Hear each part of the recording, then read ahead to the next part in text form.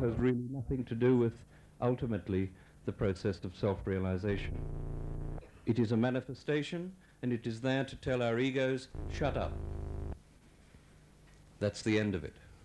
We needed some physical manifestation in our central nervous system, consciously, to know that the process has started, so that this rational, thinking, mechanistic brain would start to quieten down. And then the process of continuing to quieten down takes place. And when it continues to quieten down, more and more of the vibrations can be taken in, more and more of these chakras can open, more and more of the Kundalini can rise, and so the whole thing becomes a beautifully expanding process of awareness. And so you start to feel more of the silence. Your thoughts don't dominate you completely as much as they used to. You find that your awareness of yourself and of others changes. You find that the illnesses that you had often miraculously get better overnight. Others, which have been chronic in their onset, take time to be dissolved and to be neutralized. But whatever it is, it works out. So tonight I want to start at the Muladhara chakra and work up and just show you a little bit of the practicality that is involved in Sahaja Yoga. We have 7 centers. They are made of 5 elements or combinations of those elements. And in Sahaja Yoga, to deal with the blockages and to remove them so that more and more of this experience can be felt, we have to use those elements. We have to move the energy, we have to raise the Kundalini, we have to allow the energy to work it out in such a way that the whole process is one, as I said, of expansion. Expansion of the space within our spiritual being, for the first time consciously felt in our nervous system. Now, we doctors don't know very much at all about the whole process. We're very limited in our understanding. In fact, we're absolutely blinkered quite often to the whole process. We tend to think of health in terms of cause and effect, mostly effect. Sometimes we get to the causes, but we never even go very often beyond the effect, and sometimes we can identify the cause. Actually, the real cause is the blockage in the chakra. If the chakra is blocked, if there is some sort of obstacle in the nadis, these channels, if there is any obstruction there, that in a way is the cause. Because if the chakra or the channel is blocked, that in turn transfers itself into the gross body through the plexuses of nerves, through the glands, through the circulatory system, or through some combination of the neurophysiological body. We don't understand a thing about the body beyond what we can see under a microscope, or what we can open up in surgery, or what we can analyze through rational processes. But that doesn't mean that we're blind completely. That doesn't mean that modern science is useless. In fact, to me, in my self-realization, modern medicine is a very useful adjunct to self-realization. So I'm not here to absolutely decry modern medicine, but I'm here to say we have to open the blinkers and see that there is something beyond the physical and the emotional and the mental. And when we see that point, then we can open ourselves to the realm of the spirit and see that when we become the spirit, it becomes the one that rules the show. It becomes the one that enlightens everything, physical, mental, and emotion. If everything is controlled from the highest, automatically it bathes the lower with all its vibrations. And when that happens, emotional health, mental health, and physical health takes place. But that's an improvement of our recognizable parameters within our own physical being. But spiritually, we become more integrated people. We become whole people. We become people who become mild-mannered. We start, as I told you, to become people who express the qualities, both men and women I'm talking about, of the mother. We become, therefore, very loving, but loving with a compassionate ring to it. But compassion doesn't always mean goody-goody business. It doesn't mean social work. It doesn't mean all these concepts that a lot of us have about improving the lot of the world or doing things for society. Compassion means something which acts. Now it can either act in a way which brings about your ascent and improves and nourishes, and you start to feel the blessings of God in your own awareness, or it can remove and throw out things which are useless. So compassion is something that acts either in allowing you to appreciate your ascent, or in removing obstacles, removing blockages, removing impediments which are in some way blocking you. Now, all of this sounds like good theory, but in practice, what happens? If, for example, in the Muladhara chakra, in this red dot, which is located very near to the anal area, very near to the pelvic plexus, very near to the prostate gland, very near to a whole aggregation of physiological phenomena within the body, that chakra controls not just the physical manifestation, but it controls the expression of holiness and the expression of innocence within us. Because there is a God in potential there. And after realization that God isn't potential anymore, that God becomes manifest. Now when those expressions of the divine start taking place within you, automatically the bada, the blockages, start standing out sharply, in sharp relief, and you know exactly what's happening within you. You feel it on your hand here, right here. This is the place. You can see on the hand on the chart. You feel it as a little pain just above the wrist at the base of the hand. This is the place of the Muladhara chakra. It's the place on the heel. You feel a burning or a stinging or a pricking or a pain or some abnormal sensation. And you know there is an obstruction in that center. And you know without judging yourself or without feeling guilty that in some way you have offended the quality of innocence and purity and holiness within yourself. And that means that we have to be honest, we have to be sincere, and yet we don't feel guilty about it, we don't judge, pardon me, we don't judge ourselves. We just get on with the job of saying, okay, I have been damaged, Almighty God has blessed me with the chance of self-realization, I'm going to face it, I'm going to deal with it, I'm going to clear it out. Because I want, as a seeker, that holiness. I want to be rooted in holiness. Rooted means Muladhara. Muladhara means the support of the root.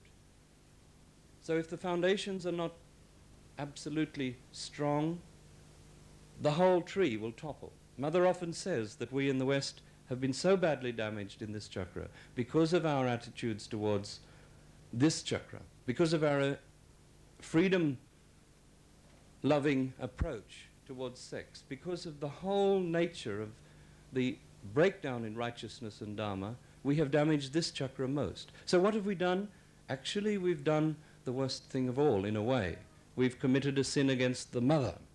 In India, they do another thing. They commit a sin against the father because they don't trust that Almighty God will look after them. They don't trust that God the Father is going to take care. So they get problems in this chakra. But we in the West get problems in the Muladhara chakra, so the very root itself either has not penetrated deep or the roots themselves have been badly damaged. Now we have to get to the knowledge of the roots. And this is how in the West we have to go about repairing the damage. So Muladhara chakra is about our innocence. It's about our holiness, and we have to restore it, because it's on that basis that the whole tree will grow.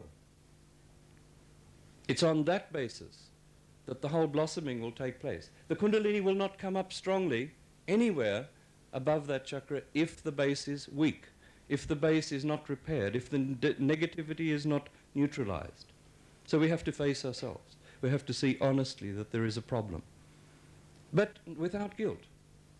In Australia, perhaps more than anywhere else in the world, this problem of guilt is extraordinarily bad. It's particularly bad in Melbourne because of what we've done in the past. Because we suddenly see in the light of day, this is what it is, all of a sudden we feel bad. And yet, quite often guilt, especially in the Catholic Church and areas where guilt is almost a mode of life, We use it as a way of excusing ourselves. If we feel guilty, we can keep on doing the same thing again and again. That's the philosophy. And that has to stop. Neither should it be an escape, whereby in a pouch we can tuck our guilt, so-called, as a means of not facing up to the fact that, okay, the time has come, we face it, we don't do this again. Or it's a way of expressing our lack of self-esteem. It's a way of expressing all sorts of funny feelings that go on within us which don't allow us to ascend. So this Muladhara chakra, therefore, will be associated with purity and holiness in its blossoming. But in its blocked condition, it will be associated with all sorts of damage which relates to immoral acts, licentious attitudes towards sex. It relates to tantric practices. If you've been to a false guru such as Rajneesh or any of these people, you will be very, very badly damaged in that chakra, and it will take months, if not years, to repair. I'm telling you this very frankly because we know from experience that this has happened. If you use the name of God to express sex, if you use the whole process of licentious attitudes as a means of ascent, so-called, then you are going to be quite badly damaged in that chakra. But it doesn't matter. The Kundalini will rise and it can be repaired. So if you apply tantric practices, as I said, which come from Tibet, incidentally, the lamas have brought it. It's nicely settled down in the foothills of the Himalayas, and it's coming to the west. There are ashrams in Tasmania, there are ashrams all over Victoria. There are places where you can be very badly possessed by spirits of the dead which directly intervene at the Muladhara chakra. If anybody has ever seen an initiation by, for example, the Rajneesh people, you will see precisely what I mean. It is directly an example of spirit possession. And the nonsense they get up to in the name of God is deplorable. Now, I'm being extremely frank with you because I've seen dozens and dozens of my patients who talk like Bhagwan came into my aura, and I love Bhagwan, and how can I drop him, and he's the wonderful man, and they're still performing these dirty things. They are doing their Kundalini meditation, getting their clothes off and dancing nude until they're exhausted to rock and roll music.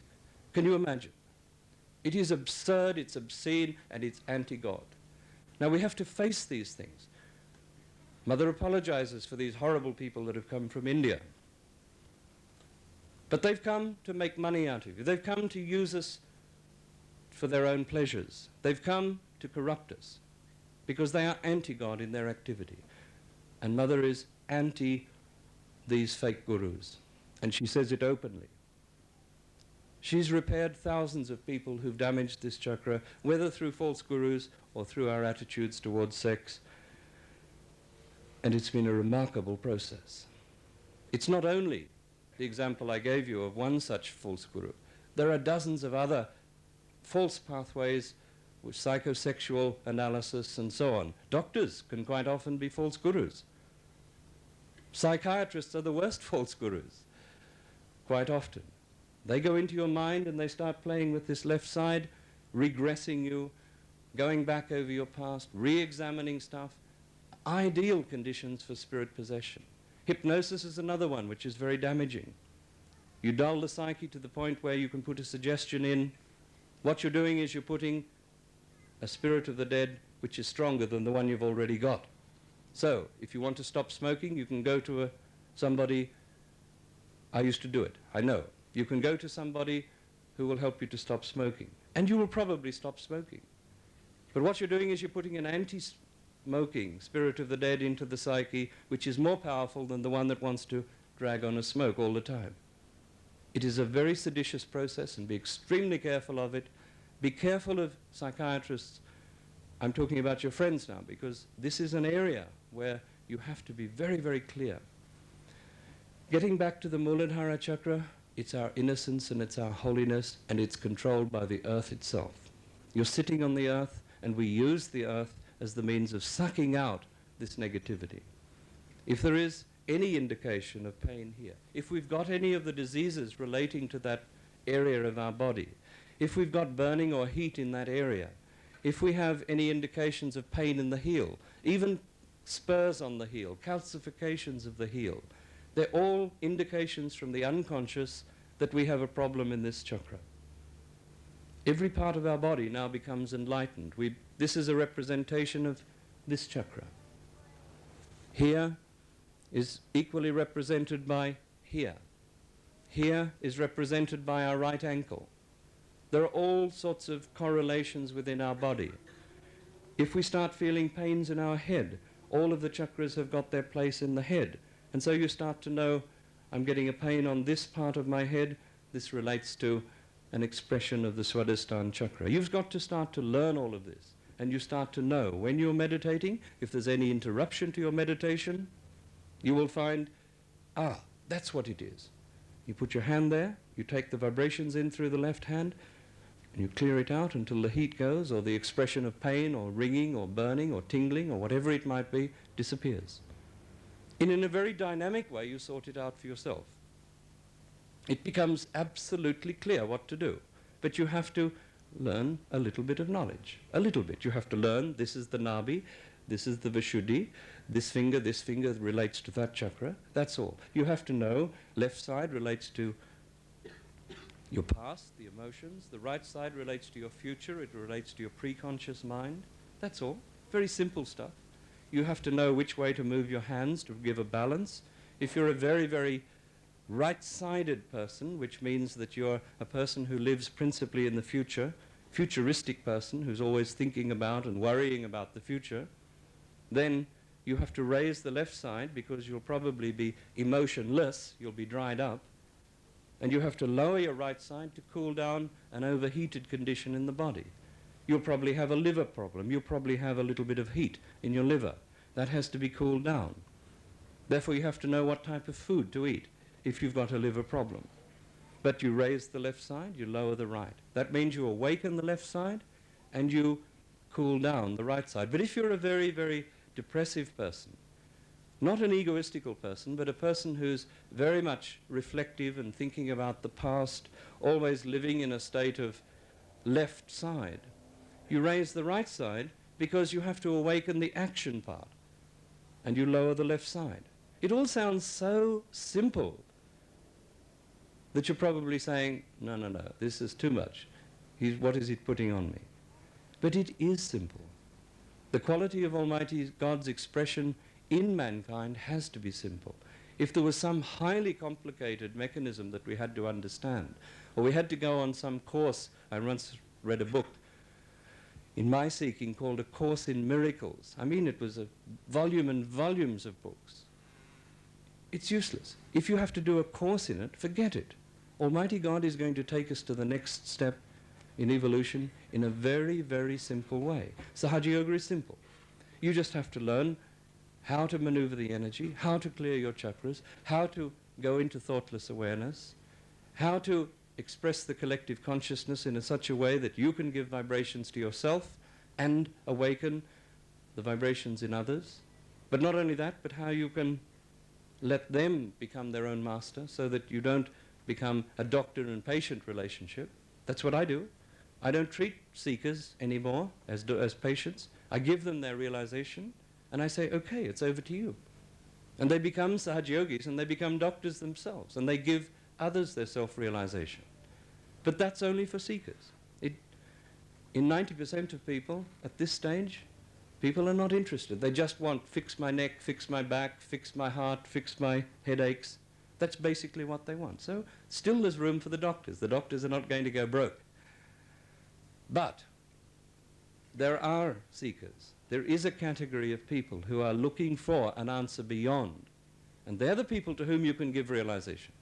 They're the people who you can share your blessing with.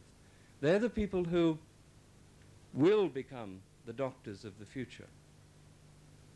Because first they fix themselves, then they start giving others the blessing whereby they can fix themselves. So it is that we have to awaken the base chakra.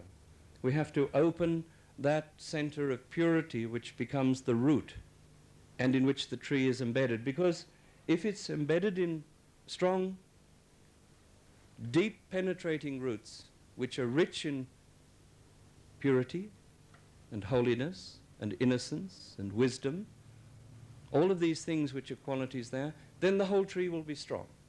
So the first thing we've got to get right is the very thing which we in Australia have perhaps damaged most. And I say Australia because Australia is the Muladhara chakra of this earth. Each major country or area of countries has a place in this chart. And Australia is at the root. Australia is this spot at the bottom. India is the Kundalini itself, the 3.5 coils. So you've got the mother, India, sitting in her place of holiness, sitting there with that purity, despite all the dirt outside, despite all the poverty, despite all the apparent unclean conditions, which is where she's located in our physical body. And beneath her is the most innocent of all, her son, Sri Ganesh. And Australia is that place. Australia is the Sri Ganesh of this earth. And as the Sri Ganesh of this earth, we have to express that innocence that we are. And if there's one thing that you will notice of a Sahaja Yogi after he gets his self-realization, he becomes a very innocent person. He starts to take on the quality of innocence. Now, I'm not going to explain what that means to each and every one of you. You will know. But I believe, since realization, that Australia is the most innocent place. We've got a crust of materialism, Americanism. We've got a crust of all sorts of social nonsense on top. We've inherited quite often some of the worst aspects from Britain. Whatever it might be, underneath there is the essential innocence of Australia, which is there to maintain the strength of this great tree of humankind that has to grow. Now, we have got our part to play in this great universe in the next millennia that lies ahead. So we've got to get our act together without guilt. And the way to do it is by purifying this chakra, by awakening it, by letting the Mother Earth suck it out. So we meditate on the earth. We use salt in the water in which we put our feet when we meditate. Salt representing the earth. So simple. Whenever we can, if we've got damage to that chakra, we work it out. We observe the diseases disappearing. We observe them disappear. Prostatitis, all the different diseases, the venereal diseases and so on, disappear. All the problems relating to that area, sciatica is one such, get better. All the problems relating to our excretion at the anal area, get better. All of these things work out in a miraculous way once this chakra starts improving. And so that is the first one to become enlightened, because that's where the Kundalini is. She unwinds herself and she rises to the second center, which is the Swadhisthana. Now, Swadhisthana is related to a plexus down in this area, just above the pelvic bone, but towards the spinal column at the back.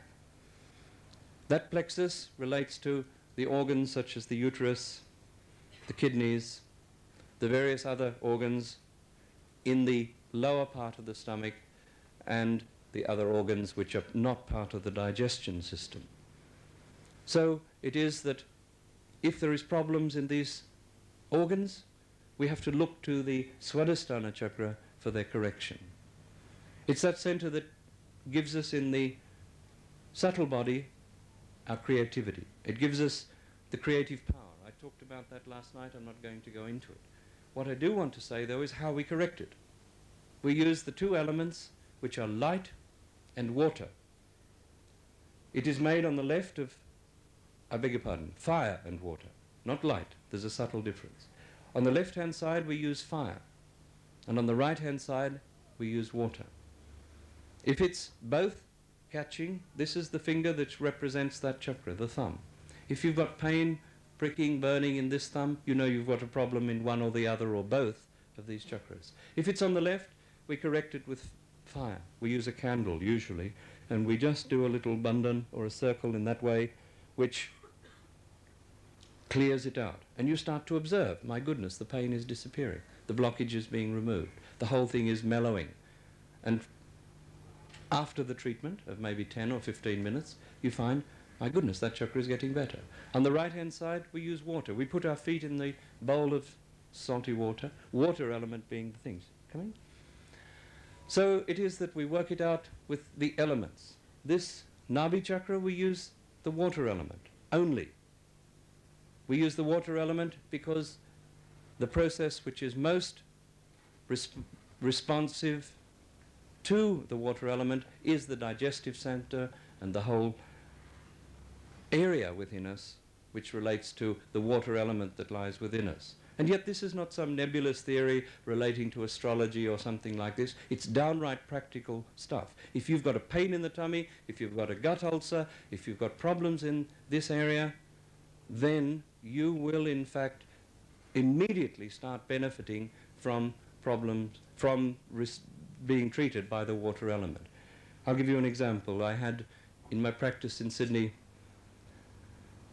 a nun, a mother superior, in fact, of a novitiate college of young nuns, who used to come to me as a patient, and she had a severe duodenal ulcer, bleeding badly and occult blood in the stools and everything else.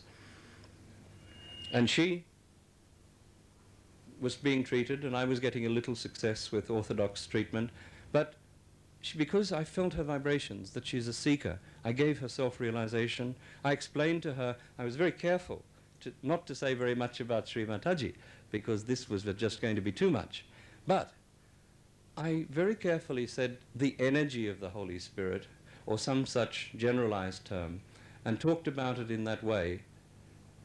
And I said, if you just meditate, if you put your hand on your stomach each day and work on it for 20 minutes with your feet in a bowl of salt water, or better still, if you sit in a bath up to here, using the water element, I'm sure that this problem will disappear. She really was a seeker. She had the love of God expressed in her heart. She was a beaming, radiant person, but she had so many worries. She was in charge of a novitiate. She had money problems with running it. She had problems with the staff. She was a very sensitive person, and so she was picking up on a lot of the rubbish of that place. And she got a gut ulcer because she's a sensitive seeker. And so, as a result of that sensitivity, she was in trouble. Now, the miraculous thing that happened was that in 10 days, she came to me 2 or 3 times over the 10-day period, I was able to observe, but more particularly she was able to observe, that the bleeding got less, the pain got less, and she was taking less and less of the medication. By 10 days, she was healed. Now, that was incredible, because there she was, with living proof that she was healed. I talked about Sri Mataji after 10 days. I explained to her a little more about it. And now I'm sure she's a very well person, and in her own quiet way, probably not professing it publicly, because, let's face it, she's in an institutional framework of the church, and it would be very difficult to go about talking about these things. But she is healed, and she understands where the healing has come from. These miracles happen every moment, not just in the physical sense, but in the most wide sense. Sri Mataji's told you of a few of the miracles, and possibly she'll tell you of some of the others. Quite miraculous things happen in Sahaja Yoga. So this chakra is made of the water element, and we use it. We give vibrations here. We work on this chakra, we take out the negativity, and at the same time as we're taking out the negativity, the vibrations of the unconscious are flowing into that center to neutralize and therefore take out, and to allow to flow in the positive vibrations which are going to enhance that spiritual space which has to come and express its own divinity. Then at the heart chakra we're made principally of the air element. I say principally of the air because there's always a combination of one or others. Actually the combination here is, as you might expect, air and water. Water for circulation, water for breathing, as well as air. So you've got principally air element at this point. Sri Mataji's here.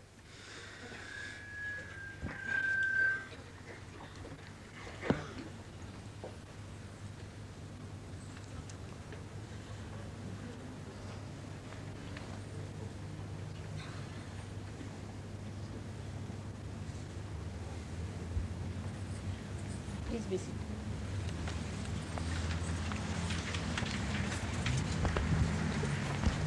So when we have heart problems, when we have breathing problems, when we have problems relating to the lungs, to the heart, to the cardiac plexus area, or even to the thymus gland, which controls the production of white blood cells, when we've got any of these things troubling our physical body, or if we've got insecurities, if we've got problems relating to a relationship between, say, mother and daughter, father and son, husband and wife, because this is the expression of security within us, if we treat this chakra with the vibrations that are flowing through us, things get better.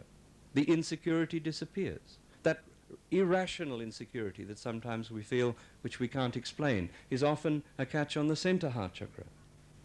If we've got a problem between ourselves and our brother or our father or our son, if in other words there's a problem on the father side or the side of the male aspect, then we will often feel it as pain in the right heart. We may feel it in the right little finger. But more than anything, we'll start to express disease processes which cause problems. You may start to feel some blood pressure, although that's not the prime cause. You may start to feel the onset of bronchial asthma. You may start to feel all sorts of pulmonary problems relating to the whole structure of either the lungs or the heart on the right side. But they're very different to problems on the left side. On the left side is the side of the mother. It's the side in which the spirit itself resides in the core of the heart. So if there's a problem within us, within our relationships with our mother, if our mother's not loving, if there is a breakdown in, say, us as a mother to our children, we may catch in this center. Either way, there is going to be a disturbance. The chakra is going to be squeezed or twisted or even somewhat detached from itself, and there's going to be a problem. We might even have had a heart attack. We might even be suffering angina. Whatever it might be, things go wrong and we start to observe it. And in Sahaja Yoga, by giving vibrations to those chakras, we can neutralize even the cause, because we are going beyond the cause, as Sri Mataji has told you and will probably explain again. Because we doctors at best are dealing with the cause, at best.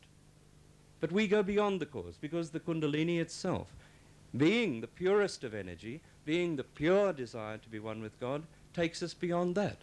And if you use the highest energy, then naturally it will neutralize the distortions and abnormalities in the lower. Then we have the Vishuddhi chakra. Vishuddhi is made of the ether.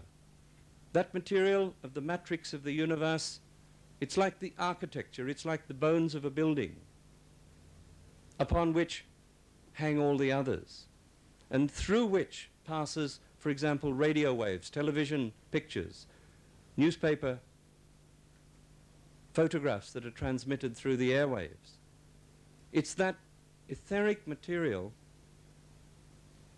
which is in every cell, every particle of our body, and which is vital to the transmission of the prana shakti, the chi energy, the energy of the life force itself, which helps with the sustenance of life. It's that vital force, if you like, which is not our spirit, but which is the energy which gives us this physical body's vital strength. So this etheric material is important. But once that chakra becomes blocked, once we lose that power of being the witness of the drama of life, once we don't see the point that, my God, there is an all-pervading power, there is a great God beyond which is controlling the whole show, if we lose that vision, then this chakra becomes in. If we become angry, if we become guilty, if we start getting involved in the drama, we lose the quality of this chakra. And we have to restore it. We give vibrations. We awaken the positive qualities of that chakra. We allow it to be nurtured again. Our spondylitis disappears. Our thyroid gland gets better. Our shoulder pain gets less. Our facial tension disappears. All the problems of the face, the skin, the nose, the eyes, the hearing get better. These are the blessings of the Kundalini reaching this center, awakening it, nourishing it, and neutralizing and bringing us back into the space which is the center, which is the Vishuddhi. Then at the Agya, as I said, that center is made of the light. It's made of the light element itself. And we use light to purify and to remove the blockages. Christ said, I am the light. Christ said that I have died for your sins. So we don't have to suffer. So that at the time of self-realization, when the Kundalini starts nourishing this chakra, you start to know what is an egoless person. You start to know. You start to watch your ego. You start to say, hello there, Mr. Warren. You're standing up in front of a crowd. Now, are you being a bit of an egoist, standing up here, talking to them like this? Or are you getting more to the center? Are you watching yourself, or are you getting involved in some sort of drama which is there to blow up your own ego? And you start watching it as a third person. So you become a person who starts to take on an egoless condition. You don't respond to all that is dead in you. You don't respond to all that is past. You don't live in a subconscious condition in which you are constantly dragged into the past, where you're reflective, where you're constantly in a sort of semi-dream state about the past. So neither you suffer the pains of the past, nor do you constantly get dragged into the future with the preconscious mind. The pituitary gland opens. The two hemispheres of the brain start to become enlightened by the vibrations of the unconscious. And those two hemispheres themselves take on a new dimension, which is enlightened awareness. And when that happens, the Kundalini can pass above that center into the next space, which is the limbic area of the brain, which is that part which starts to feel that oneness with Almighty God. It starts to feel and enjoy itself. So the real you, the Atma, the spirit which Christ talked about, starts to enjoy itself. You start to enter into the kingdom of God in a way in which you start to know the peace. You know the silence. The love of God is not a concept anymore, because you start to become love, and you start to share it with others. Sometimes you become angry with negativity, and that anger dissolves the negativity too. That's the compassion which is acting sometimes. But the love that acts as compassion of the mother starts to express itself at this center, because the Kundalini comes to this center, it opens, it nourishes. This chakra starts to become like a catchment for the unconscious. All knowledge, all power starts to flow in through this center, because the Kundalini has risen, it's connected you, and the grace or the Brahma Shakti starts flowing down, doing the job. So you start to feel a peaceful person. You become a very knowledgeable person. Sri Mataji has told me much of this, but I have never spoken in public before I came to Sahaja Yoga. I'd never as much as given a public lecture. And yet I know with confidence that what I'm saying is correct. And if I say something which is incorrect, I get heat in my body, or I get burning, or I get some sort of prickling going on in my body. No, Warren, you're off center. Stop. Then you correct yourself, and you can speak clearly again. In the center, in the center. It works out like that. It's self-corrective. There's a homeostatic inbuilt mechanism that brings you back to the center. That's the parasympathetic, which we doctors know nothing about. So this last chakra opens, it gets nourished, all the qualities within you start taking up their place in the head, because they're all resident there. This chakra is here, yes. Then we have this Vishuddhi takes its place here. Then we have the others taking their place in the head. And you start to feel the awareness of Almighty God's greatness within your own being. You start to feel a realized soul. You start to feel that confidence. You feel that love. You feel that desire to share it with others. And it works out in that way. So we use the elements. We don't put attention to the negativity, we put attention to opening the space of spiritual awareness. We give ourselves a balance. We work it out so that all the nadis get purified. And you start to allow the Brahma Shakti, you allow the grace to flow, flow. And so you become like an instrument, every day a better instrument, so that everything around you gets purified. You get purified and everything around you gets purified. You transform your families, your work situation. And it really does work out that way. And you become an extraordinarily beautiful personality in which you really feel the quality of sainthood. Now that's not an ego trip to say it. You feel the quality of sainthood. You want to share that saintliness with others. Because saintliness is not something which is a mental concept. Saintliness is a state of being. Either you are a connected being to God or you're not. Now, if you are connected to God, jolly well you have to become a saint.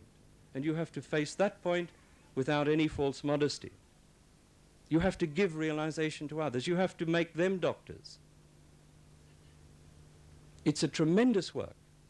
And to the people of Melbourne, all I want to say is that now that Mother has blessed you, you have got this responsibility to take others into that state of awareness and to bring them in to this collective evolution that has to take place on this universe, this great universe which Mother is not going to allow to be destroyed, which is not going to suffer any more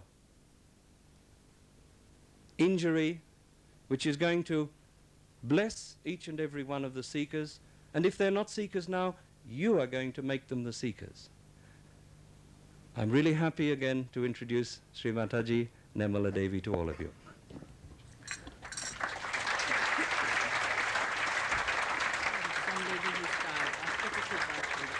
Yes.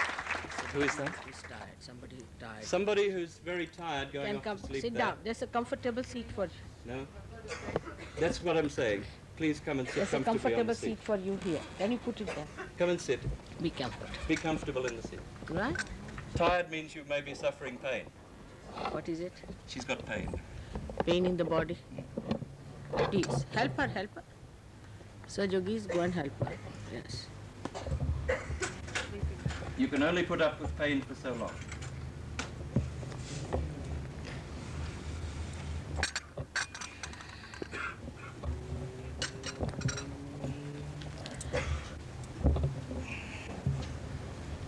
Yes. But it is cold from there, is it? Close the thing so the breeze doesn't come in.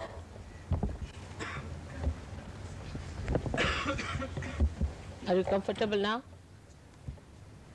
All right. Please move forward, I think.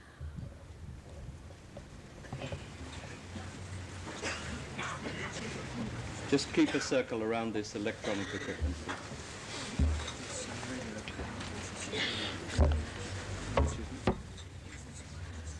I would say that Sir Yogi should go at the back and let the people who have come for the first time sit in front.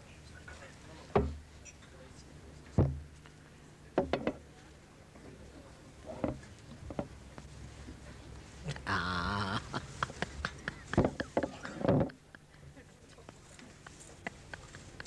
I know you. All right, doesn't matter.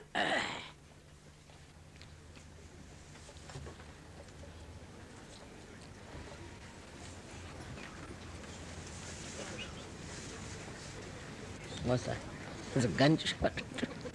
You're a film, you're a TV personality now, Mother. Is it? Oh, it's worse than that, I think, just now. It's too much. All right, doesn't matter. Please be seated. Please be seated.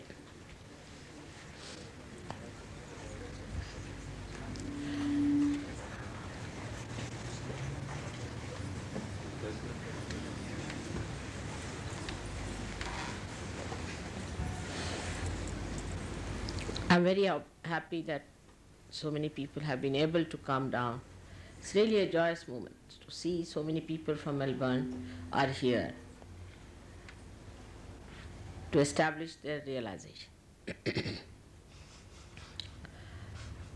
There are three types of people who come to seeking. The lowest type are the ones who have some sort of physical ailments or some torture, some diseases, or who are on the verge of dying or something like that, an emergency in their mind. So they come to search. All right, even if they come, they can be helped, but that's not our top priority.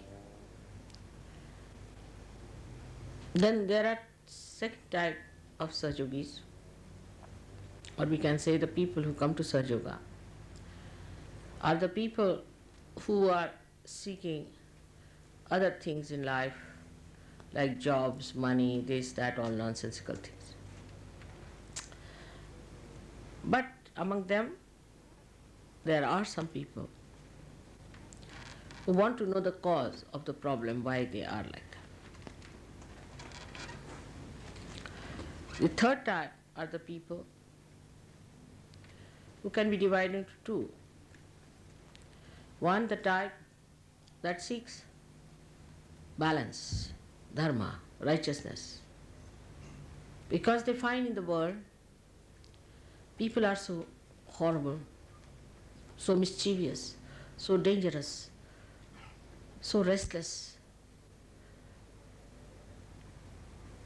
They get worried about all the worldly turmoils that are on. They get shocked. And then they want to find a solution. Why have I come on this earth? This is one type, as we call Bahirmukhis. The ones whose attention is outside, but in a very subtler way, in a very divine way. The second ones in the same category are the ones who are seekers, who have been seeking in ages. They have been seeking in many lives. They have been seekers of truth. They have been on hills and dales, Himalayas, everywhere, have done everything else, and now born again here to be able to find out the truth. These are called as Antarmukhis. These are the people who are inward. So the first priority we have to have of the third category, both the types are equally important. But after becoming realized, when you get your realization, then you achieve both the qualities simultaneously. You become a yogi inside and connected with the whole world. Your attention starts going outward, because first the light is to be enlightened, and when light is enlightened, it gives the light. Now this Kundalini, the force within you, as is said, is pure desire. It's not only pure desire, but it is a purification desire. It has a power to purify. This tremendous power it is. And this Kundalini thinks, organizes, knows, coordinates, blesses, and ultimately guides.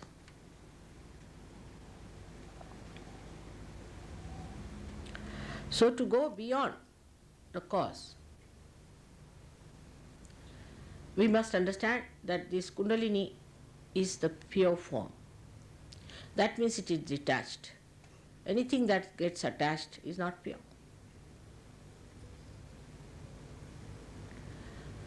Anything that gets spoilt is not pure. What we say gold is pure because it is untarnishable. Untarnishable. That's the quality of gold. So it is immaculate. It cannot be ruined, spoiled by anything except that there could be khand, as they call it, could be broken in between, and thus weak. So now something that has a purifying quality, like a purifying agent, say take a simple thing like soap. So the soap, wherever you apply, will clean. Kundalini, wherever it will go, it will clean, it will nourish. This is one quality that we must understand, that it is not tarnishable, it cannot be spoiled, it cannot be ruined. Moreover, it cleanses, it nourishes. But because it thinks, it knows how to nourish you, up to what point, how to go, how far to go, or it stops. But thinking is not vocal, it doesn't say anything. But when it goes around these chakras, it makes a sound. And these sounds are made because the movement of Kundalini through these chakras creates a non-percussion sound pass through these, creating sounds, and these sounds are then jotted down or heard by great saints and used in the phonetic language of Sanskrit. That's why Sanskrit is supposed to be the purest language. But you need not know Sanskrit now. There's no need. Because the deities know that you don't know the Sanskrit language. Now, this purifying fire within you, or the purifying force within you, or the power within you, goes and first of all enlightens our attention, which is in this part. As you see the green part, this is the attention is. But the movement of attention then starts moving in all directions. Now when your attention is enlightened, what we call, you become collectively conscious. But still, how do you go beyond cause and effect is the point. Now this Kundalini being pure, no cause can be attached to it. No cause whatsoever. So if you can enter into the Kundalini on the principle of it, no cause can get attached to it. That's how you go beyond cause and effect. But how do you enter into the Kundalini? That's the main point. Main problem is, how do we enter into the Kundalini? Supposing you are paying attention to me and I say pay attention to yourself, you cannot. Even if Kundalini rises, your attention is attracted inside, still you cannot pay attention inside. So how do you pay attention inside? Is through this enlightened attention. This attention, which is enlightened, has a power to take your attention inside to the Kundalini. And that's how you enter into the realm which is detached. That's like fortress. Nobody can enter in there. So when you are in thoughtless awareness, when you are not thinking, you are in your fortress, nobody can jump at you, nobody can trouble you, all the causes drop out. That is why it is necessary first to practice, to be in that thoughtless awareness through the practice of Sahaja Yoga to begin with. So that you learn how to enter into that state, how to enter into that state. But first and foremost thing is that your Kundalini must be awakened, then it must be allowed to move properly. You must cooperate, you must know how to do it, and raise it so that you keep it at least, if not above, at least in the brain. But best thing is, if it comes out, then you have no tensions, no worries, because everything that you have passes into your attention. Attention touches the Kundalini because you are a realized soul and leaves it in the force of the Kundalini, in the current of Kundalini, and this current takes away everything that is out. And that's how you are cleared. This is a very, very simple way of explaining how you go beyond cause and effect. And this is what happens.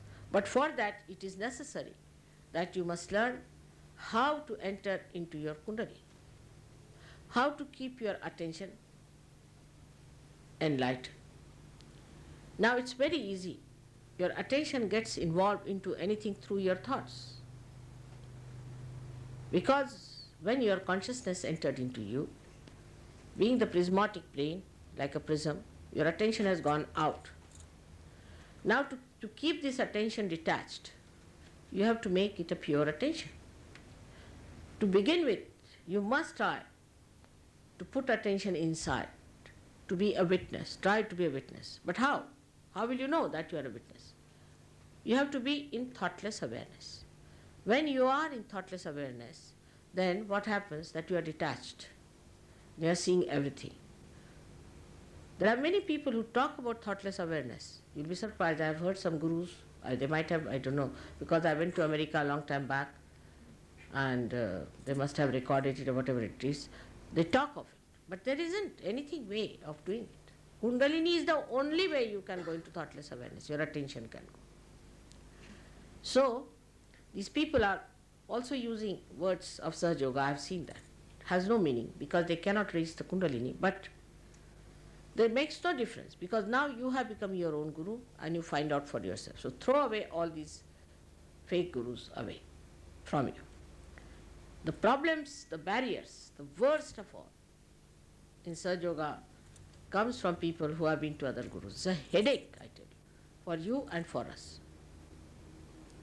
First of all, that you should realize that whatever you have been doing with other gurus has been all false and fake is difficult because you are so conditioned.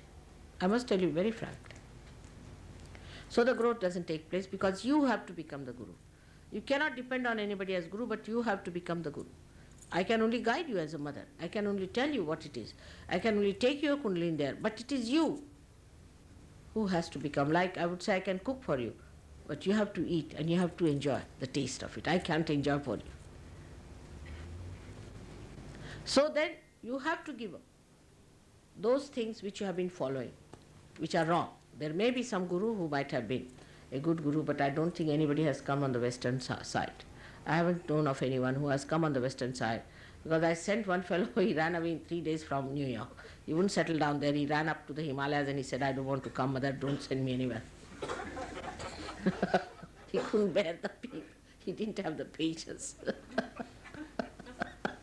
So, though they did not crucify him, but still he ran away, you see. He said, whatever you may say, mother, I cannot face these people, are terrible. They are just dollars, nothing yet but moving dollars. All right. So with this kind of barrier, it's very difficult to convince people. Still they'll go on fighting. This my guru says so, my guru. So then you go to your guru. It's the best way we take it. Because how can we go on convincing? You also get a headache. You see, if you take some horrible guru's name, you get a headache. Really, you get catch. You get a catch on this finger, you get a catch on this finger, you get catch everywhere, so you don't want to hear about any guru. Even discussing these gurus, you feel terrible. It's so disgusting. But they are fake, horrible money makers. You don't know when you see them. You don't know whether to laugh or to cry. This is the situation. So, best is to find for yourself. If you are willing to give up the gurus, then only trouble these Sahaja Yogis. You see, they get fed up with it. They don't want to fight that. Now, even if you want to give up, they won't give you up because they have possessed you. They are like leeches. So, you still have catches of the guru. This is the worst catch that we have so far seen. Now, in the beginning, of course, they had patience, but now I think they have exhausted the patience. So when yesterday I told them there were lots of people in Melbourne, I think a lot of people will come to Sahaja Yoga. But they asked me one question, but how many from other gurus, God alone knows? Because it's a big headache. So I would request you to put your guru on somewhere else and come here and see that you become the guru to understand that another fellow. And then when they discover about the guru, they go on saying that chap, that guy, and all kinds of things they say about him. But before that, they'll fight for that guru. So that is one thing you must understand, that don't play into the hands of these people. Because I paid for it, mother. I paid £6,000. All right, so what? Must you have more of that? because they suffer, they have epilepsies, they have all kinds of problems. We have had people of gurus who had epilepsies. Horrible, this is TM people having epilepsies. I've cured so many of them. I openly say that. Some doctor is Dr. Frenick, he's publishing article about it, nobody listens. There's a competition going on like a horse racing. Oh, have you been to TM? No, it's expensive. All right, I'll try that. There's a sale on, Guru shopping sale. So there's a competition setting. Have you been to that sale? Have you been to that sale? It's like that. So you must know it's frivolous, it's cheapish, it's useless. Come to the brass tacks, as the Americans say. Come to reality and see for yourself that these are all fake things. This is not the way you can raise the Kundalini. The greatest criteria, of course, is money, but another one is that whatever they tell you, you can do it yourself. Why do you need a guru for that? Like somebody said, my guru gave me a name. I mean, anybody can give you a name. You can give yourself a name, whatever you want. Why do you need a guru for that? Or he gave me these clothes, or he gave me this mala, or he made me jump, or he made me take out the clothes. Or somebody, you see, another fellow is giving me drugs. Third person allows me to do that. I mean, as if these gurus allow you, you think that God will allow you also. He allows us to have mass sex. So he's a very good guru because he allows us. Why don't you go to some other places where you can do it without taking an allowance and payment to the guru? But the guru is waiting in the hell and you will be there soon. This is fact. So don't go after such horrible gurus who teach you all wrong things. Now what is it? Is that we, as soon as we get our realization, we also realize about ourselves that this part of ours is lost, that part of ours is lost. This is not there. We realize. And when we realize that, we don't mind correcting it because we see ourselves. We don't have to ask anybody. We just see this thing within us happening. We see this part is not there. Our attention is not all right. We cannot concentrate on anything. We understand so many things about ourselves after realization. Now for that, supposing Mr. X has some problem. He tries to solve his problem, he cannot, because he has his own problem. So he comes to the collective, he comes to the whole. Then what happens? Somebody else has got that point stronger and some other point weaker. As a result, the strength of one person helps another person's weakness to be cured. And that's how there's a mutual curing system, process which builds in. And that's how people get themselves all right, perfected. And that is why it's a collective happening. And when you become collective, you'll be surprised, your heart opens out and you are amazed that human beings are so good, so beautiful. They are all such beautiful creation of God. You start enjoying each other, really feeling the expansion of your being, that you are the other, that they are you. Such a great feeling. I don't know if you can feel it at this stage or not. But just to think they are all yours and you are theirs, no problem remains. Between relationships, nothing. No problems of any kind. But also, no problems that would affect you remains because everybody is there to fight for it, to work for it, to help you out. It's very surprising how it works out. Even relations of Sahaj Yogis are helped so much that they are amazed how so many come forward to help. Normally people gather only for festivals or good things. But when there is difficulty, nobody gathers. And this is something great about Sahaj Yogis, that when there is a difficulty in a Sahaj Yogi, supposing a Sahaj Yogi has a mother who is sick and she's not a Sahaj Yogini, they'll go and help her. But she has to be a relation, somebody close to the Sahaj Yogi. The attention has to be there that a Sahaj Yogi is there in trouble, we must help our brother. You really become pure brothers and sisters after coming to Sahaj Yogi. This is what happens very easily to you. So you must be collective being. That's how you start correcting each other. Also, you develop all the knowledge, everything about Sahaj Yoga, you understand. It's very knowledgeable. Because once you know all about it, you are amazed. There are people who have never spoken in the public. I find after realization, after a month, they are great speakers. Suddenly you see them. You can't believe it. The other day, I was in a village traveling by a bullock cart. And the bullock cart driver, I talked to him and I said, what? This is Nanaka? Or is it Kabira speaking? Such a great saintly sayings. I was amazed. I said, from where did you get it? He said, Mother, from you. I said, from me? I'm quite amazed. It's coming from where? He said, all coming from my brain only. So your brain gets that kind of an enlightenment. Not that you become a saint, we talk like a saint, you walk like a saint. All your behavior is saintly. Nobody has to tell you. Just become. The whole countenance, the temperament, the stateliness, all comes to you once for all. It's beautiful. Sacrifice doesn't become a sacrifice anymore. It's joy. Sacrifice means a joyous thing. That you should be able to sacrifice. But that doesn't mean that you give all your money to your guru or something like that. Never. Sacrifice doesn't mean that nonsense. So you don't give. What you give is the sacrifice of time. You have to sacrifice so-called time that is so important to you. Like these days people have watches. In modern times people have watches. They must see watch. They must know about time. Saving time, saving time, saving time for what? For spending in your meditation. Spending in doing God's work. It is for that. People are unemployed for doing God's work. Simple as that. If you get unemployed, you do God's work and you get employment as well as you do God's work.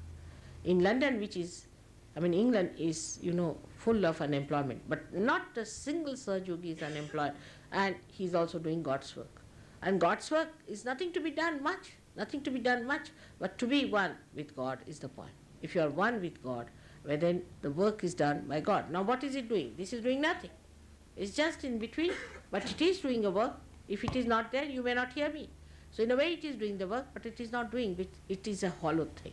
That's how you become a hollow personality and you start working for God. It's so enjoyable. Life is so enjoyable. Life is for you, for enjoyment and not for becoming miserable or unhappy. But you become, first of all you have to become that. Unless and until you become that, all my promises are false. To become is a desire must come from you. We cannot force you. I have told you many a times. And again I request you, the desire has to pull down. Because of your conditionings, because of other lethargies that you have, because of many other books you have read, or maybe I don't know what you have done, but some people are really lethargic towards their ascent. They are really very sluggish. That's how they do not rise, while some people rise very fast. And they come up very fast and they do very well. So one has to take advantage of the time so that you are useful to the rest of the world and that you are helpful to everyone. Sahaja Yoga is not for one person, it is for the whole society, for the whole world, and for the emancipation of humanity. This is what is already described in so many books, in scriptures. But for that you are chosen, you are the one who is doing it. So understand your own responsibility. Understand your own powers. And don't come now for treat me this and mother treat me for that. My mother's fathers, uncles, this thing is sick there. Don't worry on this point. First you get all right. Get all right means you meditate. Now those who are sick here need not come out with their sickness at all. They will be told how to get their sickness all right. They themselves can treat it. I don't have to treat you. But once you are treated, keep to certain limits. If you go beyond limits, then you are caught up. Say you are in the limit of this hall, you are sitting here, and there are all negativities all around. All right? Now if you leave this, you catch it. So keep your limits. Not that you become a sort of a rabid Sahaja Yogi, doesn't mean that. But keep your limits, but don't do wrong things. As I told you, there was a fellow who was suffering from AIDS, who was cured by Sahaja Yoga. Actually, I never touched him, but he did come to see me, that's all. He was sitting with a hand towards me, my photograph and all that. He was completely cured, but again he did the same thing. He didn't do any work for Sahaja Yoga, in the sense he never came to see people, nothing of the kind. Again he got it. There are many people who got realization and then they get cancer. So they said, Mother, how did we get cancer? Because you never tried to look after yourself. So you are just the same and you are not helped. No, sometimes you can be even worse. You see, because the divine doesn't like this. It has spent some time on you. It has worked on you. It's not easy to raise the kundalini of so many people with such complications. It's like a mountain you have to raise. You get so tired sometimes. So one has to understand that somebody who respects our personality, respects our ascent, loves us so much, we should also show some interest in ourselves. So that is the wisdom one has to have, and one has to work hard. Because you are all sages of the ancient times. You are not sages today. Only thing, God of men have to become prophets and have to give realizations to others so that they become prophets, as said by William Blake. Now, I think today I have spoken quite a lot. I would like to have some questions from the new people, but sensible questions, not aggressive questions, because this place is not for aggression, it's for love. May God bless you.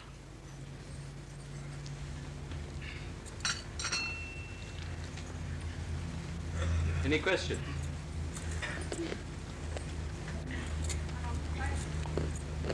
Just tell her, I'll pass it on to her. Can a mentally ill person be helped? Can a mentally ill person be helped?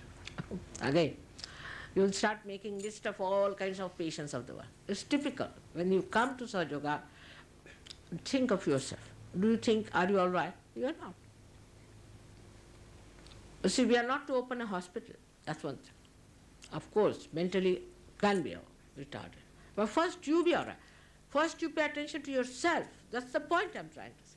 Do you see? Don't miss the point. First you get well yourself. You become equipped. Then you can cure a mentally equipped person, a mentally retarded person. Now how? Our attitude is like this, you see, that we have somebody in mind. Say, somebody very close, my child or someone, let's say. So we come to Sahaja Yoga. So we think that, will the mentally be this thing, then I will get my assent, if the child could be cured. Now the child is sick, all right, but you are all right, it's your life that's important. First see that you get to it, and then you cure your child. But if you come in a circuitous way, the mind also finds devious ways of running away from. Take a straightforward thing. I want realization for myself. How many children we have had in previous lives? How many husbands? How many wives? Why worry about this? First of all, worry about yourself. What am I? But when, you'll be surprised, when you become established yourself, you become the citizen. And your dependents are looked after by divine. No doubt. They are looked after. They are blessed by the divine. It's a fact. You will see yourself. But first of all, you enter into it. So don't worry about all kinds of problems and things. I tell you, 99% diseases can be cured. 99%. But that's not important. Just now you should be all right. You should be the light. All right? Yes. May I ask a personal question about myself, not you? I have a nerve pinched on the right-hand side of the skull. No, sorry. Yeah, that's the right-hand side. Going down my neck, right through the arm, and it's blocking the nervous impulses to the hand. Therefore, it is making the hand tremor. Can this be cured?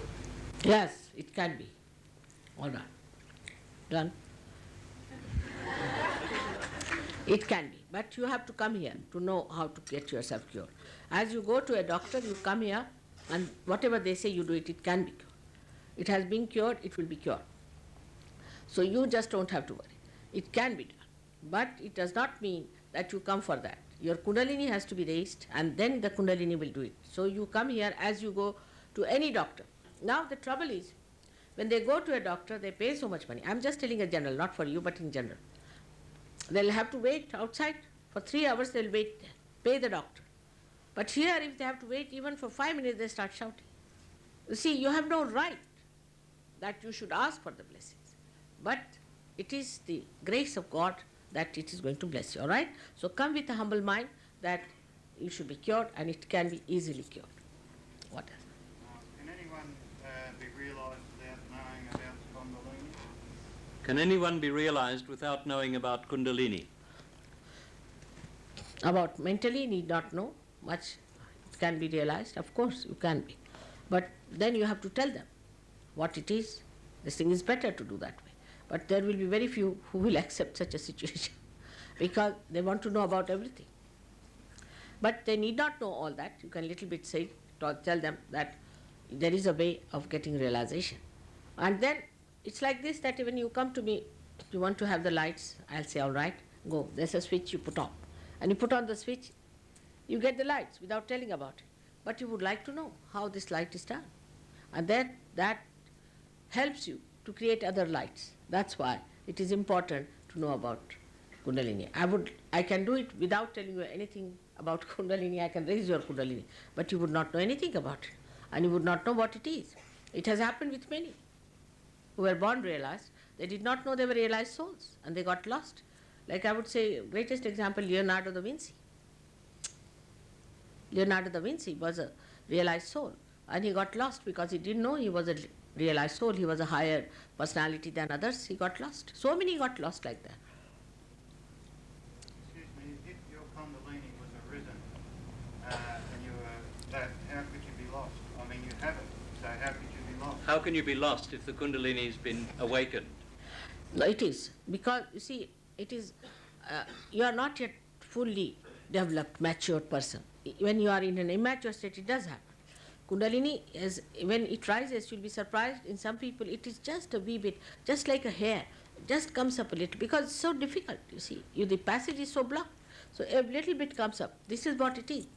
It is a complete realization takes place only when you are nirvikalpa samadhi. That's a higher state. So in the beginning, it just a little wee bit opens up. And 1% people do get lost. They do, because they have egos, they have super egos, all kinds of things. They do get lost. So be careful. Whatever is the fact. Can we all become fully realized in this life? I wish everybody could, but how many would be there? See, in Melbourne, how many people there are? But how many come to the program? And how many come here? Now, in this lifetime. Can it be done in this life? Of course, can be done, but without their knowledge, to give them realization is not possible. They have to know it, that they are in for realization. They have to ask for it. You cannot mesmerize. You have to tell them, this is, I am going to give you realization. This you have to tell them. You have to take their permission. You cannot just do without their permission. But he's saying, can we achieve it? Once we get the hair's breadth, can it be something that we can... Oh, I see. You are saying about, yes, of course. That's what I am saying. Doesn't matter, hair's breadth. In some people it is hair's breadth, in some people it's quite a lot. It can. Everybody can achieve it, no doubt. That's what I'm saying. But in the beginning, sometimes it can be very small, and then people lose it. See now, yesterday, at least 200 people got realization. At least 200. Out of which about 100 are here. So you can imagine how they get lost, you see. You see, they want some sort of a circus, some sort of a nonsense before them. They're used to that. No? They got realization, no doubt they got it. But no, they didn't come.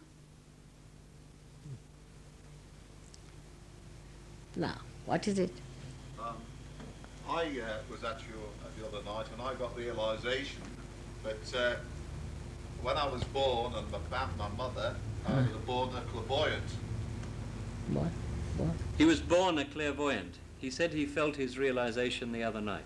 I don't really want to be a clairvoyant. He doesn't want to be a clairvoyant. What's the future?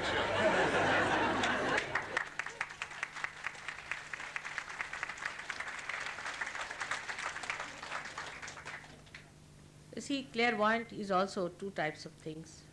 You see, there's one who could be a realized soul, born realized soul. He's not clairvoyant, but such a person can heal. Such a person knows more than others know, can be more creative, maybe more successful. So many things are there with a person who is a born realized, as I told you.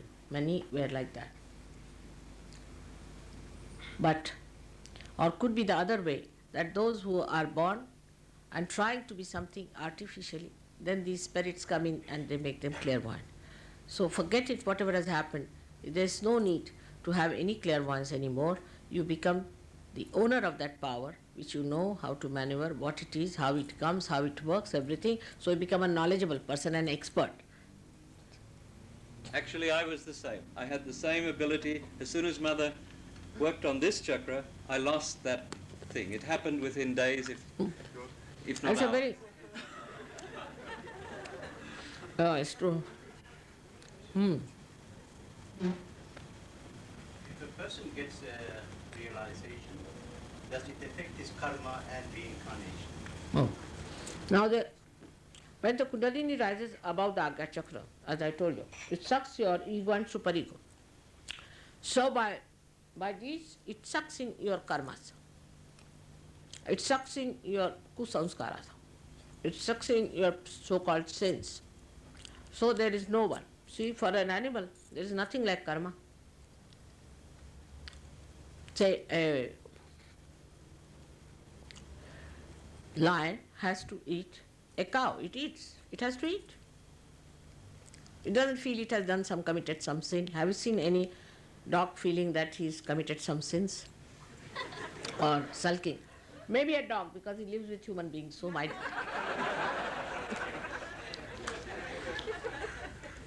But animals do what they have to do. They don't carry on with it. They don't commit any sins, nothing. The idea of sin has come to us. It's because of our ignorance. And because people have said that if you do like this, then you are crossing your limits. You are going to adharma. That's why this idea has come to us. But that's what Kundalini is. When she touches this chakra of Mahavishnu, she sucks it. All that is there, that's the beauty of Kundalini. And you are no more with your ego or superego. So how can you be any more sinful, or the karmas are finished? On the contrary, if you try to cleanse your karmas, you say, I've done bad karma, so I should do this and do that, you build up your ego. Because ego is there. Whatever you do in the name of God or in the name of anything, what you do is to just pamper your ego. Even if you are not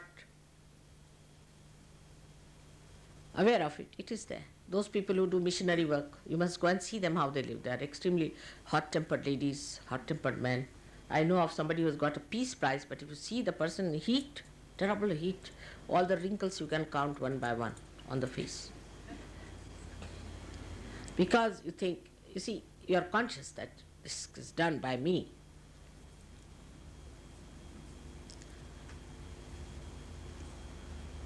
All right. Any other question? No? I also was at your lecture on Friday night. For me, it clarified and strengthened feelings and knowledge that have been growing within me for some time. Since Friday, I felt closer to my family, and the love I have for them has been clarified a lot. But it's also made me feel apart from them, and I'm worried about this gulf that's Good. growing. I'm glad you've raised that question. She came to your program, she felt tremendous sense of awareness and growth. She felt a great deal of love for her family, but she's also aware that maybe she's going to feel apart from them, or they perhaps apart from her. No. You don't get involved into them. That's the point. You're not a part, you're part and part, but you're not involved. Say, supposing your child is sick, take it like this, and if you are involved with the child, then you cannot treat the child. You get so upset, you see. If you have to go to the hospital that side, you'll take your car the other side, because you are so upset. But when you are detached, you see the whole thing very well, and you enjoy their love much more, because you are in a position to see that love. Otherwise you don't see love.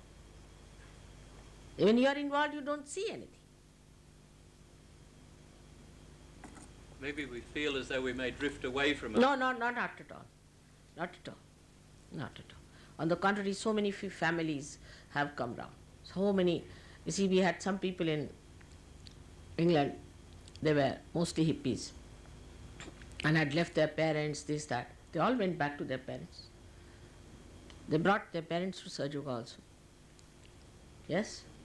It's not like that. But you do not take unnecessary burdens. Now supposing somebody's father is a drunkard. We had one hippie who got all right, and then he became very good. Now he's doing very well in life. He's a very good fellow.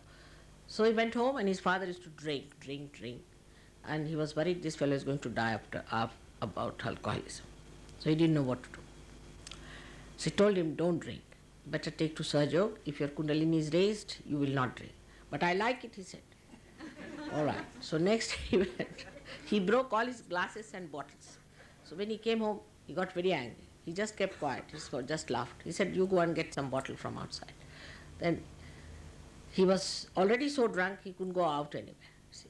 And gradually he found that there's a kind of a protest from the family. They don't like it, the way he's drinking. He gave up. And he himself is a Sahajogi today. So you correct them. When we are involved, we don't even want to correct because we are frightened we'll lose our children, lose our love and all that. This is no love. Love must prune a person. Love must correct a person. But in a way, that is not so aggressive, in a simple way. And the fellow is saved. He would have been dead with alcoholism. He was about to die. So the real love comes is not indulgences, by seeing the person as he is. Then you enjoy all the beauties, little things that are done, how it's bubbling with joy and happiness. You see the other person better. But if you are involved, then you can be also selfish. It could be some sort of possessiveness. Can be anything. But if you are not, you see yourself and you see them. The love is much more. There should be some distance for the love to work out, isn't it? If you are involved, they are doomed and you are doomed, sort of a position is there. So it's very good that has happened to you. Now you can love them better, much better, in a much more sensible way. Love has to be nourishing, not destroying. Mostly you find when you love your children, some so-called those who love, spoil them. If you love your wife beyond certain limits, she becomes a shrew. If you love your husband, he becomes alcoholic, like that. Love always, in the right sense, means correction. But if not, some people say, all right, my husband likes this, doesn't matter. Even in England, some women say, all right, if he wants to have a keep, let him have. I love him. Can you imagine? Because I love him, let him do what he likes. Losing all your self-respect, everything in the name of love is nonsense. Any other question? Are there certain foods one should eat to help realization? Are there certain foods you should eat to help self-realization? Are there certain foods? No. Certain foods, eh? I heard. I'm sorry. I misheard. The foods. No, you see, it is like this, I'll tell you. It's very simple to understand that food is for our body. We are not for the food. Now, some people require some type of food. Some people require some type of food. For example, a person who requires more proteins must eat meat, no doubt. Must eat fish. What's the use of saving all the chickens? Am I going to give them realization?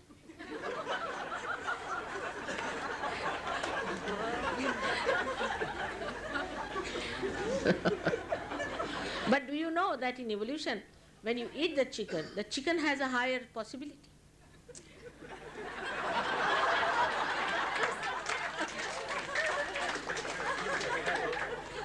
So, not such facts, but for some people it suits them, vegetarian food, because they have eaten too much of protein, there's too much of it, they have certain problems, so they should take to vegetarian. For the time being, till they correct. There's no fixed food for anyone. But for liver patients now, example, here now another fad is nobody should take sugar. Now for liver patients, that's the only solution. If you don't take sugar, you are going to go out absolutely very soon. So then you have to take sugar. For liver who are active, those whose liver is active, it is depend on what sort of a personality you are, what sort of a food will correct. Till you get a balanced personality, you have to balance yourself out.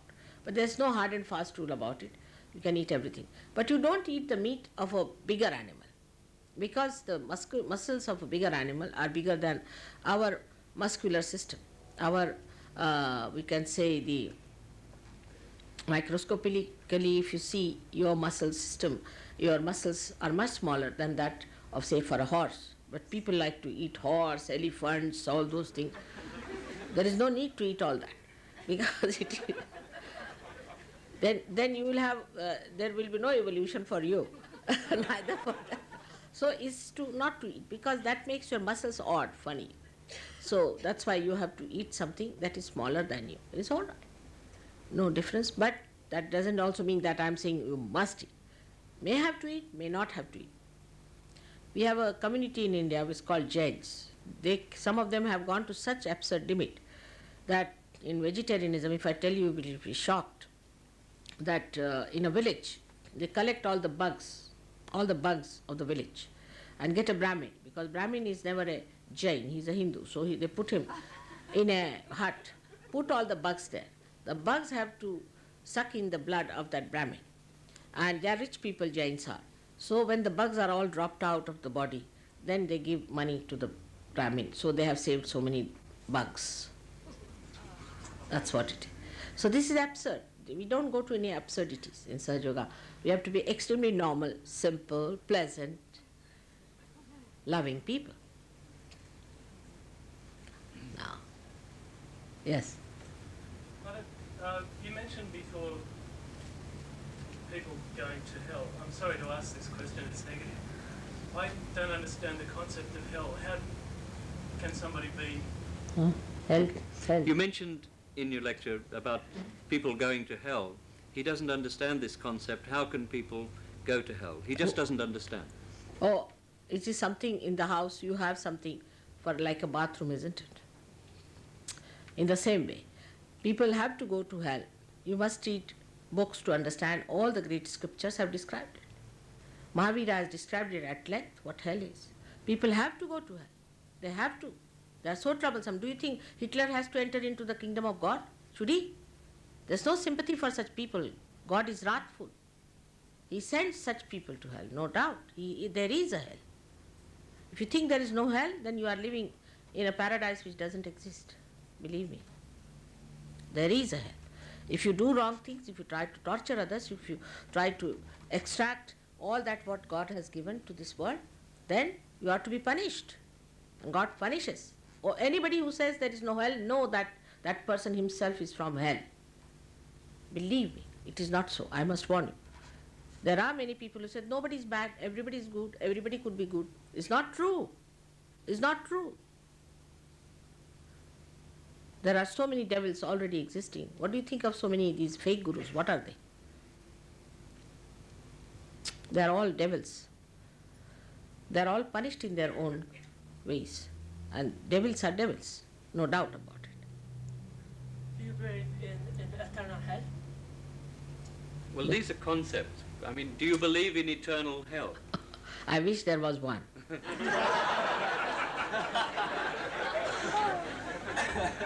There should be one for such people. They again and again come back.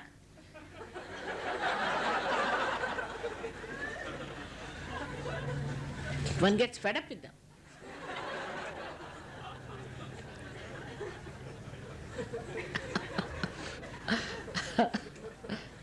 Yes. Does arthritis in the sacrum hinder the rising of the root chakra, the Kundalini in the root Sorry, chakra? does? Arthritis on the Sacrum.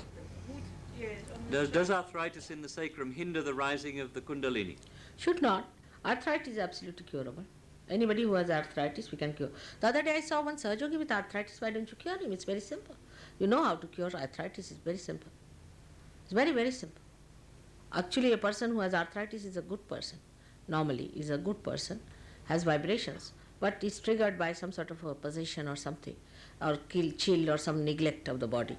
It can be easily cured. Arthritis is absolutely curable. Arthritis doesn't stop the Kundalini rising. But supposing if you had a bad accident, you are just laid down in bed, I mean you are absolutely a gone case and all that, then naturally it is better to take another life, you see, than to make my hands pain, everybody's hands pain, working on a case like that. You must know that God has got common sense. There's lots of common sense. I mean, get common sense from Him.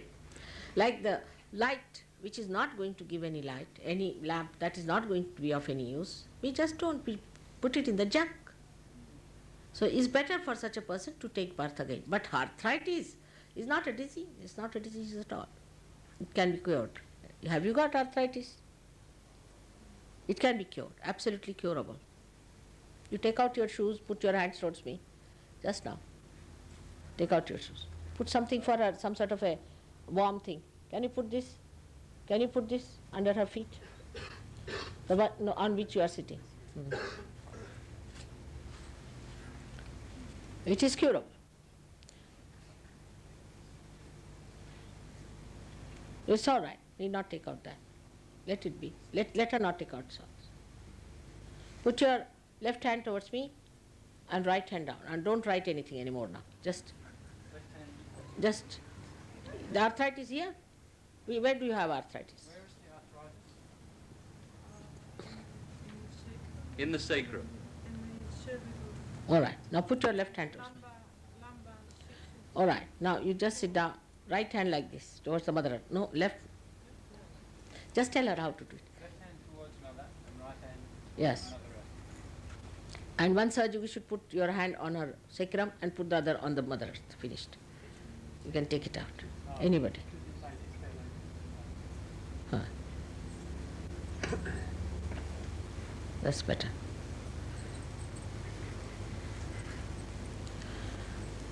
Simple as that. Any other question? I find I cannot sleep much. I sort of can't turn my brain off. I go to bed and I'll lay there and think. He finds he can't sleep very well. He lies there, he can't turn his brain off, he tosses and turns. All right, there's a screw here. Just come, I'll put it right. Come along. Come over here now. Actually, there is.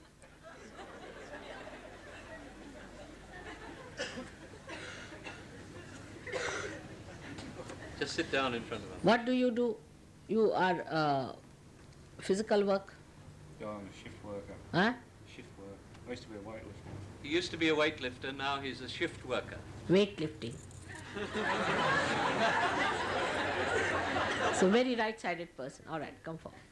Come over a lot closer so she can touch Put your right hand towards me and left hand on the Mother Earth. As it is, it will work out. Then I'll see the screw.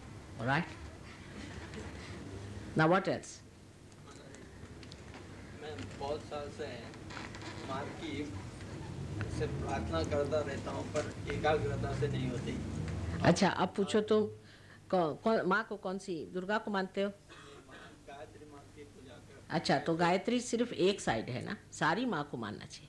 माँ ऐसे में किसी माँ को ऐसे neglect नहीं करता पर एक बात है कि हमेशा 2 घंटा करता रहता हूँ पर जितनी लगन से और जितनी एकाग्रता से गायत्री बहुत ज्यादा करना भी ठीक नहीं है ना। अच्छा, आप राइट हैंड मेरे और करो, लेफ्ट हैंड जमीन पे करो, राइट हैंड मेरी तरफ करो, ऐसे हाथ रखो जमीन पर, ऐसे नहीं, ऐसे रखो अपने गोद में, हाँ आराम से गोद में रखो, आराम से, जिससे आराम से बैठ सको, आराम से, और पूरा हाथ आप जमीन पर रखो, लेफ्ट हैंड। अच्छा, अब तुम सवाल पूछो, माँ आप स्वयं साक्षात गायत्री हो क्या? ऐसा सवाल पूछो मुझसे। माँ साक्षात गायत्री, आप साक्षात स्वयं गायत्री हो क्या? आगे पूछो 3 बार। आप साक्षात स्वयं गायत्री हो क्या? आप साक्षात स्वयं गायत्री हो क्या? आया? नहीं माँ। देखो, बहुत ज़्यादा तुमने इस्तेमाल किया राइट साइड। यही तुम्हारे लिए मंत्र है कि माँ आप स्वयं साक्षात गायत्री हैं। वो कड़ा ज़रा निकालो 1 मिनट हाथ से और कहो, माँ आप स्वयं साक्षात, मन में कहो, अभी शुरू हो जाएगा, मन में कहते रहो। Can anything be done with my right hand now tonight? What's it? He's the same one that asked the question before. Can anything be done for the numbness in his right hand? Yes, yes. Right hand or left hand? All right, come along.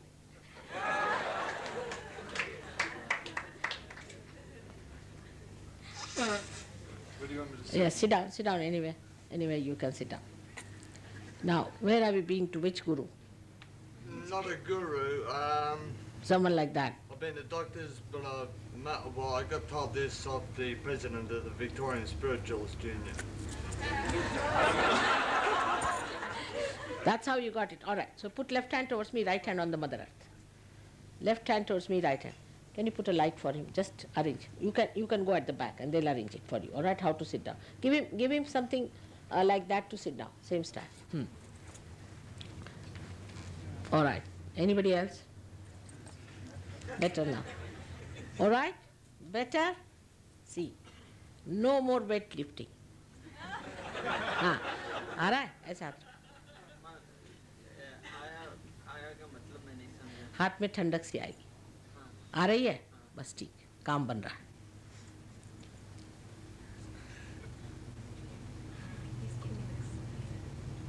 Everybody should put their hands out towards Mother. Now, you do one thing. First of all, you put the left hand towards me and right hand on the Mother Earth.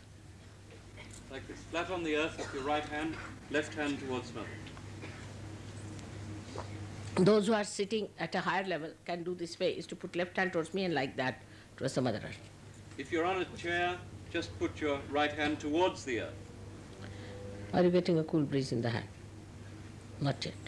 Yeah, Little bit. vague. It's very vague. I'm not sure if it's... Now, are you getting cool breeze?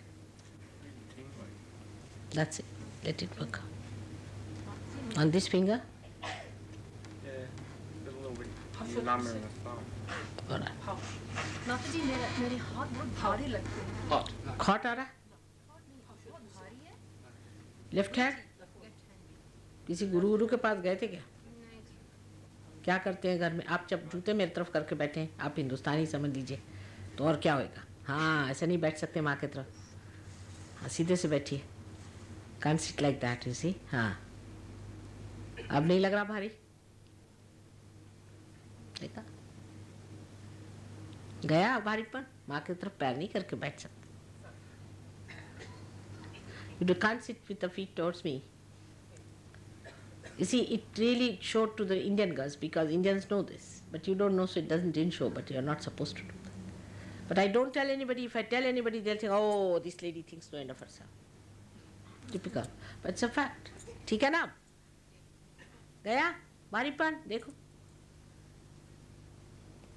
When you mentioned about the VSU just now, my mother attends it. She suffers very badly with arthritis. In fact, I rang her to come here tonight.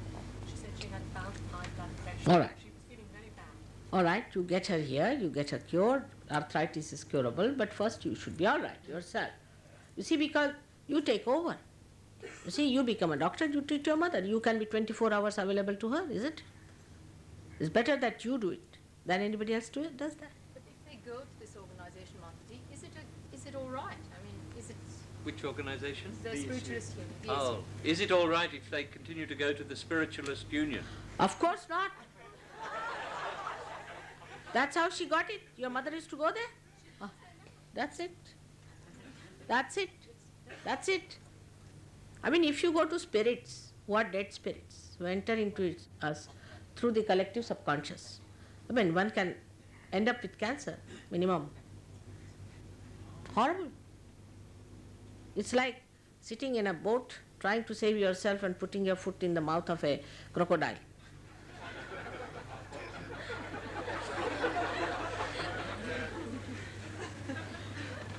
What if you go to the VSU for the sake of learning? Mm? What if you go to the Victorian Spiritualist Union for the sake of learning? I didn't follow. What if you go to the spiritualist people for the sake of learning? What do you learn? Or their vidyas, bhuta vidya. Just put what they know is, just put that thing there. What do you learn? Nothing. You learn nothing, but you get all the bhuts in yourself like this. No, you learn... No, don't talk.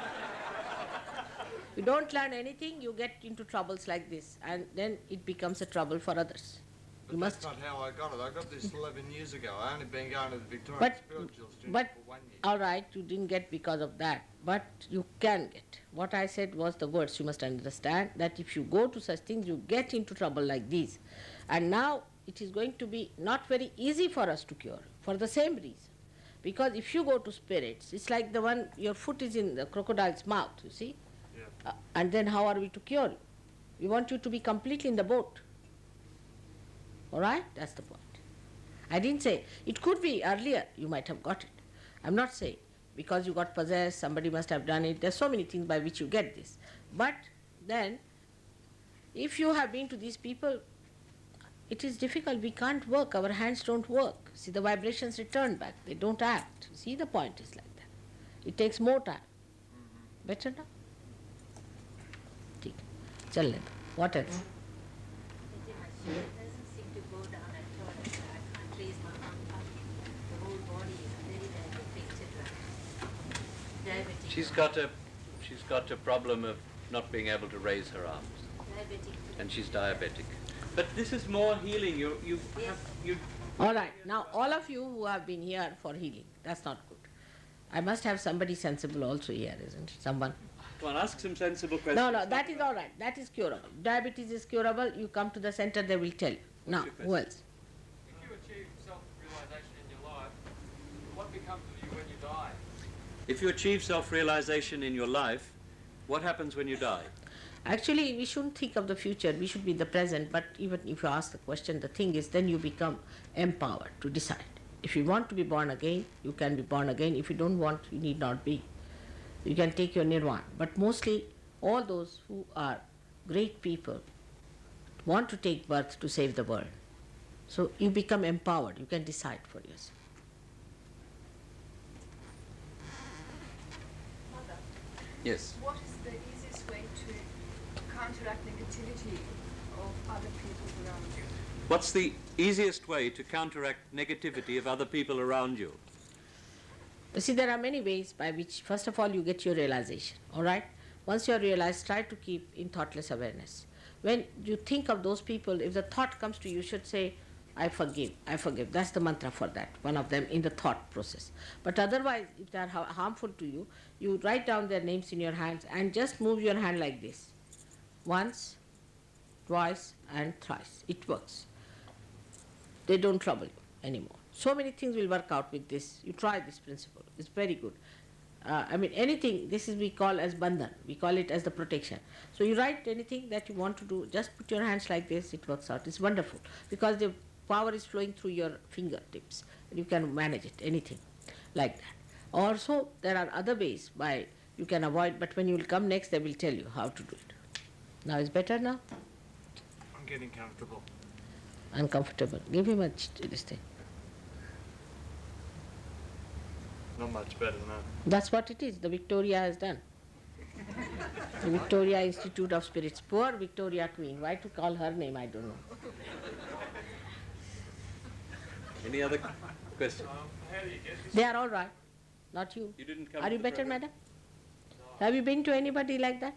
Clairvoyant or someone? Huh? Take a candle for her. Another? One questioner said, how do you get this self-realization? I don't think he came to the program. You didn't come to the program? Put your hand up. Through Kundalini awakening. I just wondered what is the sort of process? What process is it?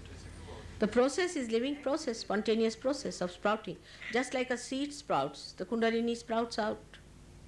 Oh, but how do you sort of... How do you sprout a seed?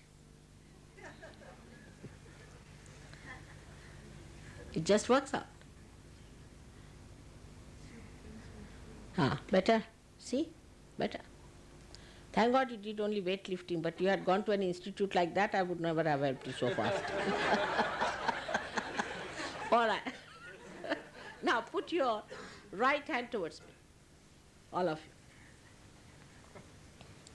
And left hand like this, at the back. Put it at the back.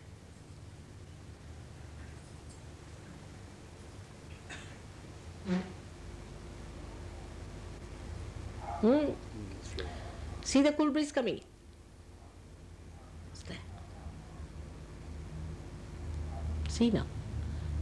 That's shaking before me. That's Victoria Institution. I only tried. All right. Put your left hand. It's a position. Just It's a face position. It. Face it. That has to go first and then you will be all right. All right?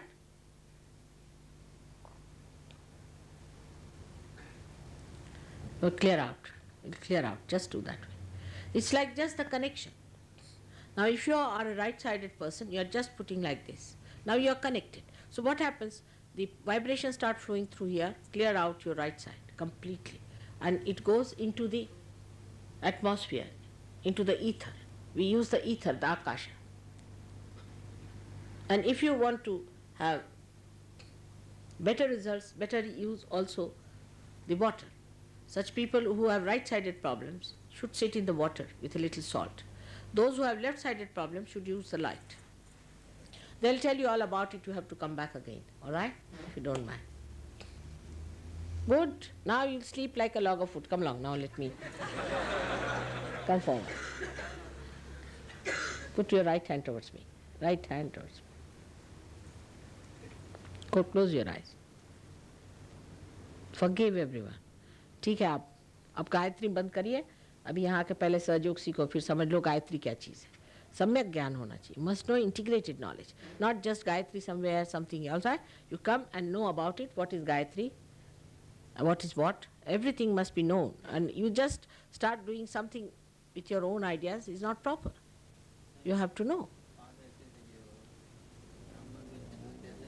हाँ, वही तो ब्राह्मणों का दिमाग इसी से खराब हो गया. पहले ब्राह्मण हो जाओ, पहले ब्रह्म को जानो. बड़ा वन साइडेड मामला है सारा, है ना?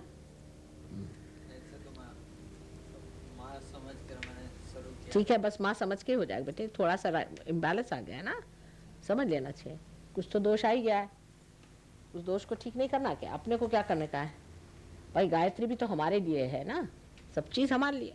अगर हमें उससे लाभ होता है तो लेना है, नहीं होता तो नहीं. Better now, relaxed.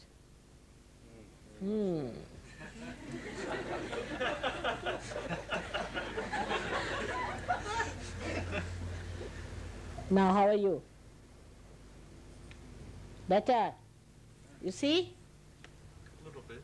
Yes, you are better. How are you? Is there a light on our sacrum? Are you better now? Just see, stand up.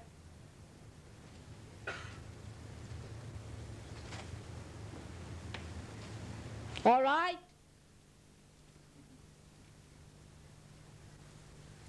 आप भी आइए. डायबिटीज है आपको? यहाँ आइए. अब put both the hands towards me. आप क्या करते हैं? You know Hindi? Huh? Tamil. All right, sit down. You don't know Hindi at all? All right, sit down. So what do you do? What work do you do? Now I'm a housewife. Only housewife? Before I was a teacher. Ah, that's why. Teacher. Only a teacher can get diabetes, not a housewife. Because you think too much. You think too much, isn't it? Think too much. All right. Now put your right hand towards me. Other way. And left hand like this. सिंदूर नहीं लगाते. आओ, कुमकुम लगा. हाँ, now we are all right. Fine. अब ठीक हो तुम? और तुम्हारा भी स्क्रू जरा ढीला हो गया उससे.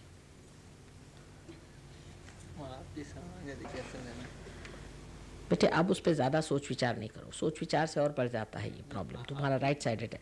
तुम अब आके यहाँ सीखो ध्यान कैसे करने का. अपने को शांत कर लो पहले.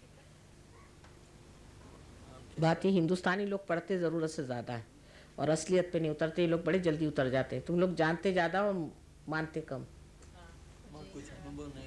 अभी देखो हाथ में आ रहा है ठंडा. अब आ रहा है ना. अब तो अनुभव आ रहा है. अनुभव नहीं भी हो तो भी पढ़ने की एक हद होती है. कबीरदास जी ने कहा है पढ़ी पढ़ी पंडित मूर्ख भय. हमारे मराठी में कहते पढ़त मूर्ख. You see, we Indians know a lot, have no experience. So first of all, we have to neutralize all that is known. Surdas ji, Surdas, who was a great poet, he wrote the whole of Sursagar, means the ocean of Sur. And then afterwards he says, "O Lord, take away my avidya, non-knowledge.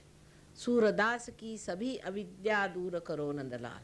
हाँ, अब देखो आया कहते sir, Kabir ने दिया, लो. हाँ देखो, है ना. अभी आप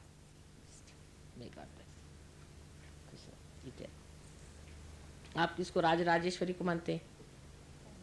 हाँ? Whom do you Krishna? All right. Now put your hand. Just let her ask the question. See your fingers. Look at her. Sri Mataji. Radha Krishna. हाँ. Ask. Getting the clue. Ask the question, Sri Mataji. Are you Sri Krishna? Look at Sri Mataji, are you Sri Krishna?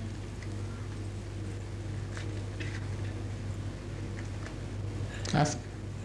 Ask again. पहचानो.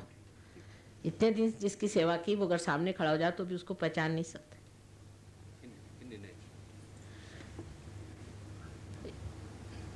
The one who is standing before you must recognize. Ah. Now, are you all right?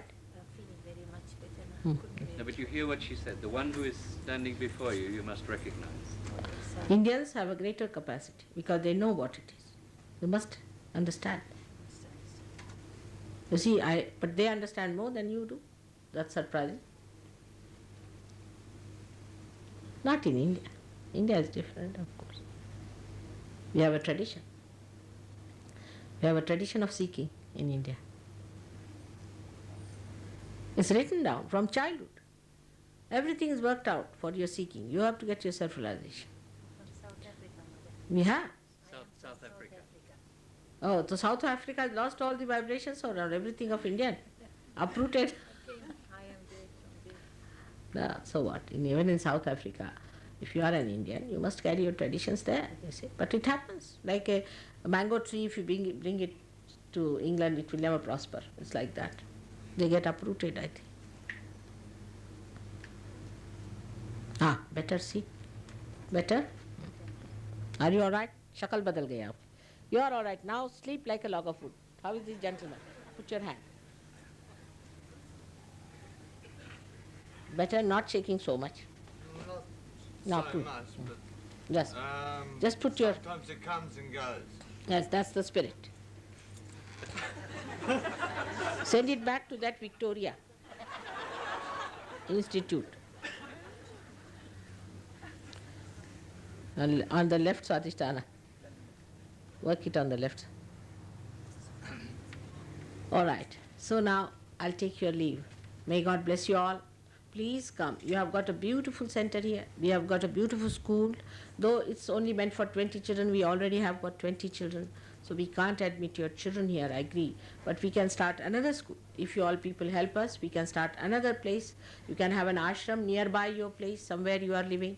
We can manage all that. But it's to be done by you and has to be arranged and organized. Whatever it is now here, all of them live. They earn.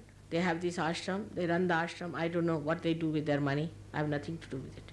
They know all the accounts, they know among themselves, they live well, they live happily, they help each other, they help others. In the same way, you all are new people, you can come here.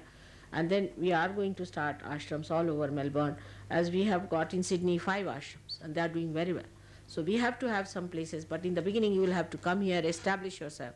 And if you say you want to establish some ashram, they will look into it and they'll manage. But those who have been in Sahaja Yoga for so many days, they know about it. Don't try to challenge them.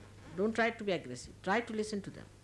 Understand that I know them and through them I'll know you. So please don't try to be aggressive. There is nothing like what you call a one-sided life in Sahaja Yoga. So nobody is going to be one-sided for you or partial to you, nothing. If they say this is wrong with you, please believe them. And just do what they are telling you because they know what is to be done, in what case, how to refrain from, how to indulge, how to work it out. They know, they have gone through it now, they have been here for 4 years, so they know about it. But that doesn't mean in any way you are less, you are in no way less. Some of them have just come about a month back, I find them very good.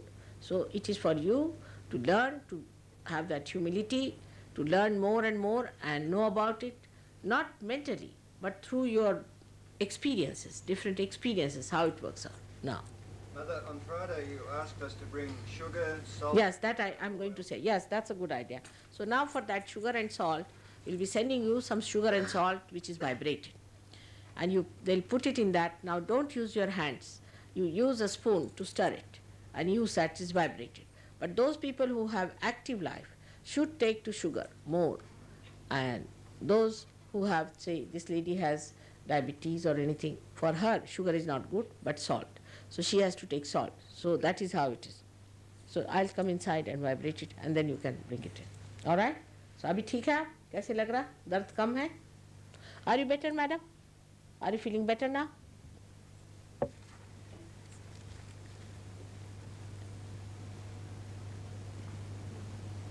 Good. All right, so done. Don't get all the sick people.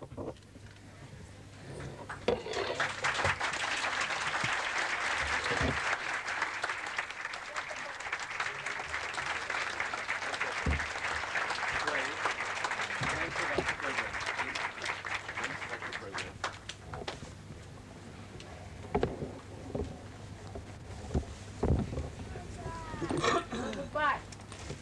Goodbye. I'll be back again and you all can come to India. Gary? Turn it up.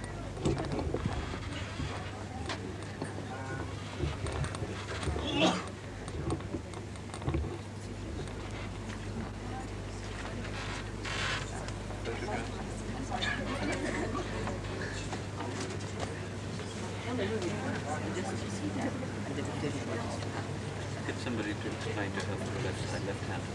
And also tell her husband not to bother. Tell Thank you. husband position. Thank you. Excuse me, if we could also sit down for a minute.